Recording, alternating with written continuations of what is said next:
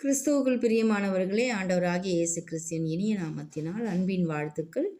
இன்றும் உங்களோடு கூட யாத்திராகமம் 15வது அதிகாரம் 25வது வசனத்தில் மரம் சிலுவை மரம் என்கிற தலைப்பில் ஆண்டவருடைய வார்த்தையை பகிர்ந்து கொள்ள விரும்புகிறேன். மோசே கர்த்தரை நோக்கி கூப்பிட்டான். அப்பொழுது கர்த்தர் மோசேக்கு ஒரு மரத்தை காண்பித்தார். அதை அவன் தண்ணீரில் போட்டவுடனே அது மதுரமான தண்ணீர் ஆயிற்று. கர்த்தர் ஒரு மரத்தை காண்பித்தார். கசப்பான தண்ணீரை குடிக்க முடியாமல் தவித்த இஸ்ரவேல் ஜனங்களுக்கு தேவன் இனிப்பான ஒரு ஊற்றை காட்டவில்லை, கசப்பை இனிப்பாக்க ஒரு மரத்தை காண்பித்தார். அந்த மரத்தை தண்ணீரில் போட்டவுடனே அந்த கசப்பான தண்ணீர் இனிப்பாக மாறியது. என்ன நடந்திருக்கும்?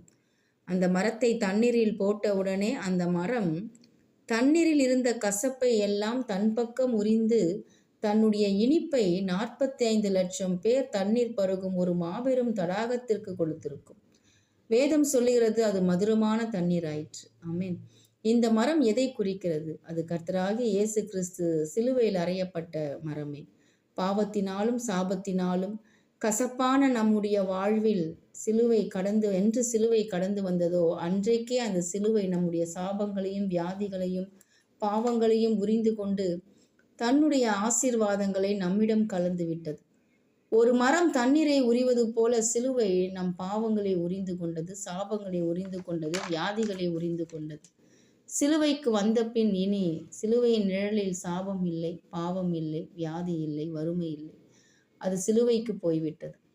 கசந்த மாறாவாகிய நம்முடைய வாழ்வு மதுரமான இனிப்பான வாழ்வானது. பழைய ஏற்பாட்டில் ஒரு மரம்தான் மனுக்குலத்தை சாபத்திற்குள்ளாக்கியது.